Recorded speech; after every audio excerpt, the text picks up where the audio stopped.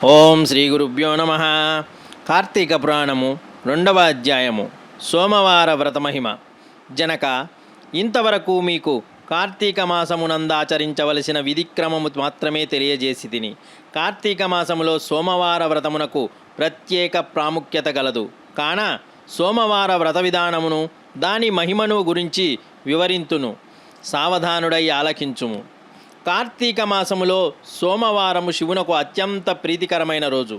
ఆ రోజున స్త్రీ గాని పురుషుడు గాని ఏ జాతి వారైనను గాని రోజంతయు ఉపవాసము ఉండి నదీ స్నానము చేసి తమ శక్తి కొలది దానధర్మములు చేసి నిష్ఠతో శివదేవునకు బిల్వ పత్రములతో అభిషేకము చేసి సాయంత్రము నక్షత్ర దర్శనము చేసిన తరువాత భుజింపవలయును.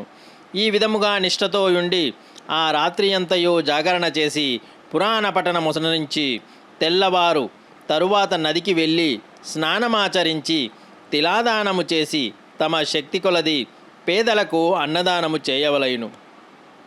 అటుల చేయలేని వారలు కనీసము 3 బ్రాహ్మణులకైనను తృప్తిగా భోజనము పెట్టి తాము భుజించవలయును. ఉండగలిగిన వారు సోమవారము నాడు 2 పూటలా భోజనము కానీ ఏ విధమైన ఫలాహారములు కానీ తీసుకోకుండా ఉండుట మంచిది. ఇట్లు కార్తీక మాసమునందు వచ్చు ప్రతి సోమవారమున చేసిన ఎడల పరమేశ్వరుడు కైలాస ప్రాప్తి కలిగించి శివసన్నిధికి చేర్చును. భర్త లేని వితంతువు సోమవార వ్రతమును ఆచరించి శివపూజ చేసినచో కైలాస ప్రాప్తియు, విష్ణు పూజ చేసినచో వైకుంఠ ప్రాప్తియు నొందును. దీనికి ఉదాహరణగా ఒక ఇతిహాసము కలదు. కార్తీక సోమవార ఫలముచే కుక్కే కైలాసము పోవుట. పూర్వకాలమున కాశ్మీర దేశములో ఒక బ్రాహ్మణుడు కలడు. అతడు పురోహిత వృత్తిని చేపట్టి తన కుటుంబమును పోషించుకుంటూ ఉండెను. అతనికి చాలా దినములకు ఒక కుమార్తె కలిగెను. ఆమె పేరు స్వాతంత్ర్య నిష్ఠరి. తండ్రి ఆమెను సౌరాష్ట్ర దేశీయుడైన మిత్రవర్మయ్యను సద్బ్రాహ్మణ యువకునకిచ్చి పెండ్లి చేసెను. ఆ బ్రాహ్మణ యువకుడు 4 వేదములు శాస్త్రములు నభ్యసించిన వాడైయుండును. సదాచార సంపన్నుడై ఉండెను. అతడు భూతదయ కలిగిన వాడై నిత్య సత్యవాది, నిరంతరం భగవన్నామ స్మరణ చేయుచూ ఉండెను. లోకులెల్లరూ అతనిని అపర బ్రహ్మ అని చెప్పుకొని ఉండేవారు. ఇటువంటి ఉత్తమ పురుషుని భార్యయగు నిష్ఠరి యవ్వన గర్వముతో కన్ను మిన్ను కానక పెద్దలను దూషించుచు అత్తమామలను భర్తను తిట్టుచు కొట్టుచు రక్కుచు పరపురుష సాంగత్యము గలదై వ్యభిచారిణి అయి తన ప్రియులు తెచ్చిన తినుబండారములను బట్టలు పువ్వులు ధరించుచు దుష్టురాలై తిరుగుచుండగా వంశపునకు అప్రదిష్ట తెచ్చుచున్నదని అత్తామామలు ఆమెను తమ ఇంటి నుండి వెడులగొట్టిరి. కానీ శాంతస్వరూపుడగు ఆమె భర్త మాత్రము ఆమెను ఏమీ అనక ఆమె ఎంతటి నీచ కార్యములు చేసినను సహించి చీపొమ్మనక విడువక ఆమె తోడనే కాపురము చేయుచుండెను. కానీ చుట్టుపక్కల వారా నిష్ఠూరి గయ్యాలితనమును కేగలించుకొని ఆమెకు కర్కశ అని ఎగతాళి పేరును పెట్టుటచే అది మొదలు అందరూ కర్కశ అని పిలుస్తూ ఉండేవారు.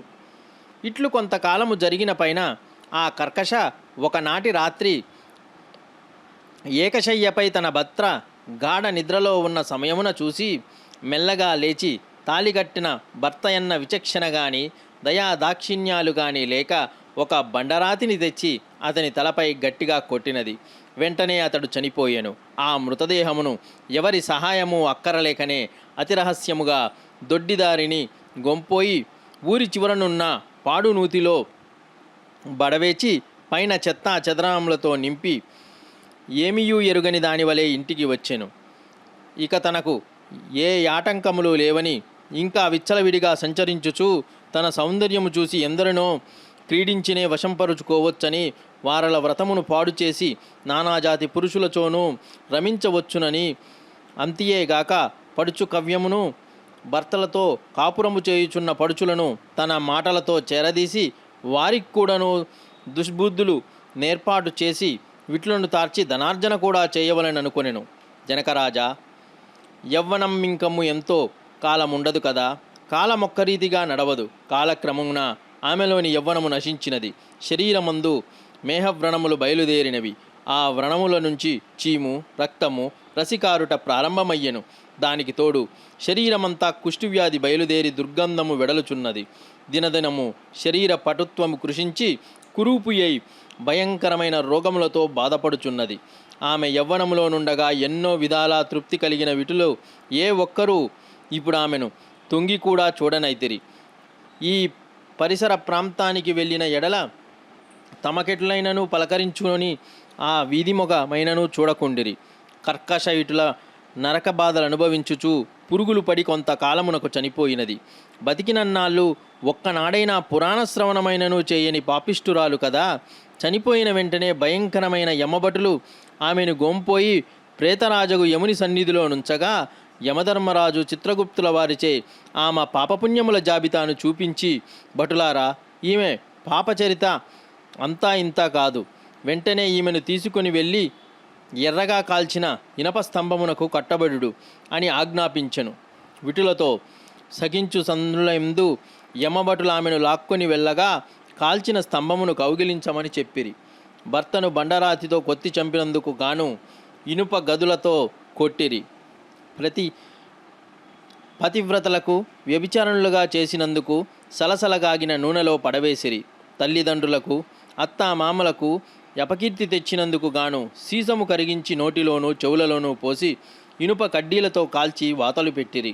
తుదకు కుంభీపాకమును నరకములో వేయగా అందు ఇనుప ముక్కలు గల కాకులు, విషసర్పాలు, తేళ్ళు, జెర్రిలు కుట్టినవి. ఆమె చేసిన పాపములకు అటు 7 తరాల వాళ్ళు ఇటు 7 తరాల వాళ్ళు నరక బాధలు పడుచుంటిరి. ఈ ప్రకారముగా నరక బాధలను అనుభవించి కడకు కళింగ దేశమున కుక్క జన్మ ఎత్తి ఆకలి బాధ పడలేక ఇల్లిల్లు తిరుగుచుండగా కర్రలతో కొట్టువారు కొట్టుచు, తిట్టువారు తిట్టుచు, తరుమువారు తరుముచూ ఉండిరి. ఇట్లుండగా ఒకానొకను శ్రోత్రీయ బ్రాహ్మణుడు కార్తీక సోమవార వ్రతమాచరించి ఉపవాసముండి సాయంత్రము నక్షత్ర దర్శనము చేసి బలియన్నను నురగపై పెట్టి కాళ్ళు చేతులు కడుగుకొనుచుండగా లోనికెగిన సమయమున ఈ కుక్క వచ్చి ఆ బలియన్నమును తినెను. వ్రతనిష్టాగరిష్ఠుడైన ఆ విప్రుని పూజా విధానములచే జరిపించిన ఆ బలియన్న మగుట చేతను ఆ రోజు కార్తీక సోమవార మగుట వలను కుక్క ఆ రోజంతయు ఉపవాసముతో ఉండుట వలయను శివపూజ పవిత్ర స్థాననైన ఆ ఇంట దొరికిన ప్రసాదము తినుట వలయను ఆ శునకమునకు జన్మాంతర జ్ఞానం ఉద్భవించెను.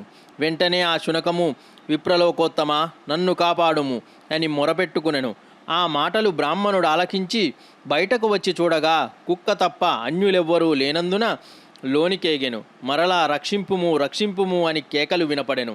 మరలా విప్రుడు బయటకు వచ్చి, ఎవరు నీవు, నీ వృత్తాంతమేమి అని ప్రశ్నించగా, ఎంత నా కుక్క మహానుభావ, ఈ పుట్టుకకు వెనుక 15 జన్మలయందు విప్రకులాంగనకుడు నేను వ్యభిచారిణి అయి అగ్ని సాక్షిగా పెళ్లాడిన భర్తను జంపి వృద్ధాప్యంలో కుష్ఠురాలినై తనువు చాలించిన తరువాత యమదూతుల వల్ల మహానరకాన్ని అనుభవించి నా పూర్వీకుల పుణ్యము వల్ల ఈ జన్మలో కుక్కనైతిని.